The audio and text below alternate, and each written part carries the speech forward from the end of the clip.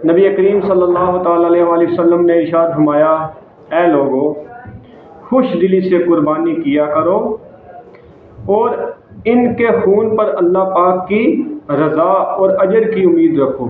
जो तुम कुर्बानी करते हो इस पर अल्लाह ताला की रज़ा और अजर की उम्मीद रखो।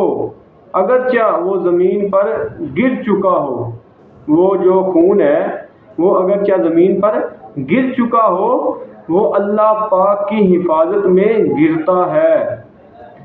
कि अल्लाह ताला की बारगाह में जब हम कुर्बानी के लिए जानवर को पेश करते हैं, तो जब उसकी कुर्बानी करने लगते हैं तो अल्लाह के महबूब सल्लल्लाहु अलैहि वसल्लम ने फरमाया कि खुश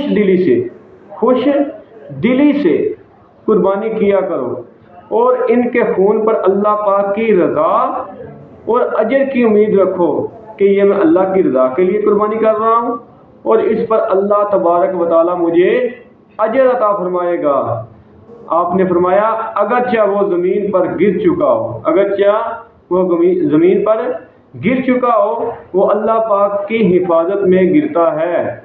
कि जब बंदा अल्लाह की बारगाह में उसकी रज़ा के लिए कुर्बानी करता है, फिर उस पर उम्मीद रखता है अजर की, तो अल्लाह के हबीब सल्लल्लाहु अलैहि वसल्लम ने फरमाया कि वो उस पर अल्लाह की रज़ा भी रखे, उसके दिल में हो, तो उम्मीद भी हो जो कि वो कुर्बानी कर रहा है कि अल्लाह की तरफ से इस पर अजर दिया जाएगा। क्योंकि वो जो कुर्बानी करता है तो अल्लाह के महबूब सल्लल्लाहु अलैहि वसल्लम ने फरमाया वो अल्लाह तबारक व तआला की हिफाजत में गिरता है। जो खून का कतरा भी गिरता है वो अल्लाह की हिफाजत में गिरता है। तो हमें जो कुर्बानी है वो अल्लाह की रज़ा समझते हुए और अल्लाह तबारक व तआला की बारगाह से उम्मीद करते हुए उसका अजर अल्लाह ताला हमें अता फरमाएगा। इस तरह हमें कुर्बानी करनी चाहिए। अल्लाह तबारक व तआला हमारी कुर्बानियों को कबूल फरमाए और हमें अपनी रज़ा के लिए कुर्बानी करने की तौफीक अता फरमाए। आमीन।